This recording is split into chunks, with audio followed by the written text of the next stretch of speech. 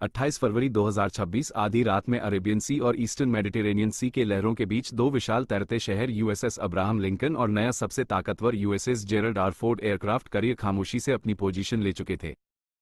Washington के war room में general ने माइक्रोफोन पर कहा, उनकी आवाज इनक्रिप्ट होकर सीधे मेडिटेरेनियन में यूएसएस फोर्ड में गूंजी, कमांडर यही वो पल है, ऑपरेशन एपिक फ्यूरी शुरू हो चुका है। क्या इजरायली साइड पर कोई हिचकिचाहट है? कमांडर ने रडार पर नजर रखते हुए जवाब दिया, नेगेटिव सर, इजरायली जेट्स हवा में हैं। Operation road the line green है। यह कोई आम सैन्य हमला नहीं था। यह एक प्रिएटिव स्ट्राइक थी, एक ऐसी सर्जिकल और विनाशकारी तबाही जिसका अंतिम निशाना कोई सैन्य बेस नहीं बल्कि ईरान का नव सेंटर था। तेहरान की यूनिवर्सिटी स्ट्रीट, जमूरी डिस्ट्रिक्ट और पाश्चर स्ट्रीट के बेहद सुरक्षित बंकर। इन बंकरों के अंदर मौजूद थे ईरान के supreme leader Ayatollah Ali Khamenei. Iran कोई खुला मैदान नहीं है जहां आप आसानी से घुसकर निकल जाए। यह एक ऐसा किला है जिसे पहाड़ों, रेगिस्तान और दुनिया के सबसे एडवांस एयर डिफेंस सिस्टम्स ने घेर रखा है। इजरायल से सेंट्रल ईरान की दूरी लगभग 930 से 1240 मील थी। एक जेट को वहां पहुंचने के लिए जॉर्डन, सीरिया और इराक के दुश्मन हवाई इलाकों से होकर गुजरना पड़ता है। इजरायल डिफेंस फोर्स और अमेरिकी सेना के सामने सबसे बड़ा खतरा था ईरान का मजबूत एयर डिफेंस नेटवर्क। रूस से मिले S-300, S-400 बैटरी और उनका अपना पावर 373 सिस्टम जो किसी भी वक्त हवा में उड़ते परिंदे को भी गिरा सकता था। तेल अव्यूब के अंडरग्राउंड कमांड सेंटर में एक इजरायली एयरफोर्स कमांडर ने कहा, अगर हम सीधे घुसते हैं तो हम आसान निशाना बन जाएंगे। उनके रडार हमारे F-35 को शायद देर से देखें, लेकिन हमारे रिफ्यूलिंग टैंकरों को वो आसमान में आग के गोले में बदल देंगे। वहां मौजूद अमेरिकी अधिकारी मुस्कुराया, हम सीधे नहीं घुसेंगे मेरे दोस्त, हम पहले उन्हें अंधा करेंगे। हम उन्हें वही दिखाएंगे जो हम चाहते हैं कि वह देखें। और यहीं से शुरू हुआ इस सदी का सबसे बड़ा दिमागी खेल, एक ऐसी रणनीति जिसे मिलिट्री लैंग्वेज में कहते हैं टाइम ऑन टारगेट। एक सबमरीन अरब सागर के नीचे से मिसाइल दाग रही है, एक स्टेल्थर बॉम्बर जॉर्डन के पास से उड़ान भर रहा है, एक डिस्ट्रॉयर जहाज फारस की खाड़ी से क्रूज मिसाइल छोड़ रहा है और इजरायली F-35 जेट इराक पार कर रहे हैं। हर हथियार अलग गति से चल रहा है, अलग दूरी तय कर रहा है, लेकिन सबकी कैलकुलेशन इतनी सटीक की गई थी कि अमेरिकी क्रूज मिसाइलें और इजरायली जेट्स के गाइडेड बम एक ही सेकंड में एक ही पल में कर्ज, कौम, कैरमानशाह और इसान पर गिरे। एक सेकंड की भी देरी नहीं। सिंक द क्लॉक्स, अमेरिकी एडमिरल ने ऑर्डर दिया। इसके बाद अर्ली बर्ड क्लास डिस्ट्रॉयर जैसे USS थॉमस हडनर के वर्टिकल लॉन्च सिस्टम खुल गए। आसमान में आग की लपटें उठी और दर्जनों टॉमहॉक लैंड अटैक मिसाइलें सब सोनिक गति से हवा में तैरने लगी। यह मिसाइलें जमीन से इतनी सटकर उड़ रही थी कि रडार के हॉराइजन के नीचे ही छुपी रही। जैसे ही मिसाइलें और जेट सीमा के करीब पहुंचे, तेहरान के एक अंडरग्राउंड रडार इंस्टॉलेशन में एक ईरानी ऑपरेटर की आंखें फटी की फटी रह गई। उसकी स्क्रीन पर अचानक एक या दो नहीं बल्कि सैकड़ों डॉट्स चमकने लगे। कमांडर सर, ऑपरेटर चिल्लाया, उसके माथे पर पसीना आ गया था। अनआइडेंटिफाइड टारगेट्स 100 से ज्यादा जेट्स सीधे तेहरान की तरफ आ रहे हैं। कमांडर ने स्क्रीन की तरफ देखा, उसकी सांसें अटक गई। ये हमला है, उन पर लॉक करो, सब कुछ फायर करो, पावर सिस्टम्स को अभी ऑनलाइन करो। लेकिन उन्हें यह नहीं पता था कि वह हवा में तीर चला रहे थे। अमेरिकी फोर्सेस ने स्पेस सैटेलाइट्स और इलेक्ट्रॉनिक वॉरफेयर प्लेस के जरिए झूठा डाटा डाल दिया था। और जो सैकड़ों जेट्स उन्हें स्क्रीन पर दिख रहे थे, वह असली फाइटर प्लेन थे ही नहीं। वो थे छोटे डिकॉय ड्रोन, जो रडार पर एक बड़े F-1-15 या F-16 स्क्वाड्रन की तरह दिखाई देते हैं। जैसे ही ईरानी एयर डिफेंस ने अपने सिस्टम ऑन किए और उन डिकॉय पर मिसाइलें दागी, उन्होंने अपनी लोकेशन खुद जाहिर कर दी। शिकारी अब शिकार बन चुका था। आसमान से 5th जनरेशन के स्टेल्थ फाइटर्स, अमेरिकी और इजरायली F-35 और F-22 रैप्टर जो अब तक बिल्कुल अदृश्य थे, उन्होंने अपने एंटी रेडिएशन मिसाइलें दाग दी।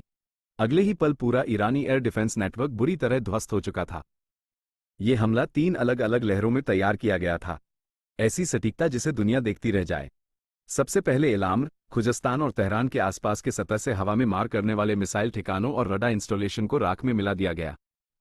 टॉमहॉक मिसाइलों ने S-300 और S-400 बैटरियों को उड़ा दिया ताकि आने वाले पायलटों के लिए सुरक्षित रास्ता बन सके। अब एंट्री हुई बॉम्ब ट्रक्स की। यूएई और जॉर्डन के बेस से F-1-15E स्ट्राइक ईगल हवा को चीरते हुए अंदर घुसे। जैसे ही A-15 के ASR रडार ने पहाड़ियों के बीच छिपे मोबाइल मिसाइल काफिलों को पकड़ा, सटीक बम बारिश की तरह गिरने लगे। किरमानशाह के लॉन्च साइट्स सक्रिय होने से पहले ही धुएं में बदल चुके थे। Fox 3 target destroyed. एक अमेरिकी पायलट ने अपने रेडियो पर कहा, उनके जेट हवा में ही टैंकर प्लेस के पास लौटते, हजारों पाउंड जेट फ्यूल लेते और फिर से हमला करने निकल पड़ते। अब वक्त था सबसे खतरनाक हथियार का। अमेरिकी एयरफोर्स के silver bullets B-2 spirit stealth bombers. इनका निशाना थे डीप अंडरग्राउंड न्यूक्लियर फैसिलिटीज और high value military industries. Isfahan जो ईरान के न्यूक्लियर और ड्रोन प्रोग्राम का मुख्य केंद्र था और कर्ज के इंडस्ट्रियल और एरोस्पेस हब के टुकड़े टुकड़े हो गए। B-2 बम्बर्स ने अपने भारी बम गिराकर उन अंडरग्राउंड बंकरों को भी हिला दिया जिन्हें दुनिया के सबसे सुरक्षित इलाके माना जाता था। और इस सब के बीच अरब सागर से हर 30 सेकंड में एक नया जेट लॉन्च हो रहा था। E-2 हॉकाई हवा में घूमकर इन सैकड़ों जेट्स का ट्रैफिक संभाल रहे थे। आसमान राख से भरा था। तेहरान और इसान की सड़कों पर सिर्फ सायरनों की आवाजें गूंज रही थी। USS फोर्ट पर खड़े कमांडर को एक संदेश मिला। पाश्चर स्ट्रीट कंपाउंड पूरी तरह तबाह। Target is neutralised. Command centre में खुशी की लहर दौड़ गई। उन्होंने वह कर दिखाया था जिसे नामुमकिन माना जाता था। लेकिन इसका सबसे बड़ा और ऑफिशियल कंफर्मेशन 1 मार्च की सुबह मिली। ईरानी सरकारी टीवी का नॉर्मल ब्रॉडकास्ट अचानक रुक गया। स्क्रीन पर कुरान की आयतें चलने लगी और एक न्यूज एंकर जिसके चेहरे पर गहरा दुख था। उसने वो खबर सुनाई जिसने पूरी दुनिया को हिला दिया। ईरान के सुप्रीम लीडर शहीद हो चुके हैं। खबर पक्की थी। 86 वर्षीय आयतुल्लाह अली खामेनी, जिन्होंने लगभग 37 साल तक ईरान पर सख्त पकड़ के साथ शासन किया था, वो अपने ऑफिस कंपाउंड में मारे गए थे। खामेनी की मौत की पुष्टि होते ही ईरान ने बदले की आग में अपने सबसे भयानक हथियार निकाल लिए। ईरान के पास हथियारों की कोई कमी नहीं थी। उनका एयर डिफेंस जरूर टूट चुका था, लेकिन उनके हजारों ड्रोन और लंबी दूरी की बैलिस्टिक मिसाइलें अब भी मौजूद थी। ऑपरेशन ट्रुथफुल प्रॉमिस पर शुरू कर दिया गया। पूरा मिडिल ईस्ट एक खुला युद्ध क्षेत्र बन चुका था। ईरान की बैलिस्टिक मिसाइलों ने सिर्फ इजराइल को नहीं बल्कि अमेरिका के रीजनल एलाई को भी निशाना बनाया। UAE के अल्दप्र एयरबेस पर मिसाइलें गिरी। बहरीन में मौजूद अमेरिकी नौसेना के हेडक्वार्टर को सीधे निशाना बनाया गया। कतर और कुवैत के आसमान में आग के गोले फट रहे थे और वहां के एयर स्पेसेस पूरी तरह बंद कर दिए गए। इजराइल की तरफ देखें तो हालात और भी गंभीर थे। तेल अभी और यरूशलेम के ऊपर सायरन बज रहे थे। आयरन डोम, डेविड स्लिंग और एरो 3 सिस्टम लगातार आसमान में मिसाइलें दाग रहे। इजराइल के प्रधानमंत्री बेंजामिन नेतन्याहू लाइव आए और कहा, इजराइल के नागरिकों और दुनिया भर में हमारे दुश्मनों, आज हमने अपना वादा पूरा किया है। ऑपरेशन रोड द लैंड सिर्फ एक मिलिट्री हमला नहीं था। यह एक ऐलान था आयतुल्लाह खामेनी, जो पिछले कई दशकों से इजराइल को नक्शे से मिटाने की कस्में खाता था। आज उसका आतंक का साम्राज्य मिट्टी में मिल चुका है। इसके तुरंत बाद अमेरिकी राष्ट्रपति डोनाल्ड ट्रंप ने भी दुनिया को एड्रेस करते हुए कहा, मेरे प्यारे अमेरिकियों, कल रात यूनाइटेड स्टेट्स मिलिट्री ने दुनिया के number 1 state sponsor of terror को हमेशा के लिए खत्म कर दिया है। आयतुल्लाह अली खामेनी अब जिंदा नहीं है। उसने हमारे ठिकानों पर हमले का प्लान बनाई। उसने मिडिल ईस्ट में हमारे एलाई को धमकाया, लेकिन वह अमेरिका की बेमिसाल ताकत और हमारी सटीक खुफिया जानकारी से बच नहीं पाया। हमने उसके बंकर को एक ही झटके में राख के ढेर में बदल दिया। दोस्तों, 28 फरवरी 2026 की इस रात ने मिडिल ईस्ट की जियोपॉलिटिकल चेस बोर्ड को हमेशा के लिए बदल दिया।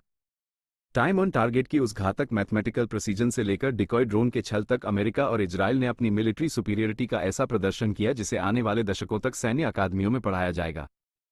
दोस्तों, वीडियो पसंद आया हो तो वीडियो को लाइक जरूर करें और ऐसे ही और वीडियोस देखने के लिए हमारे चैनल को भी सब्सक्राइब करें।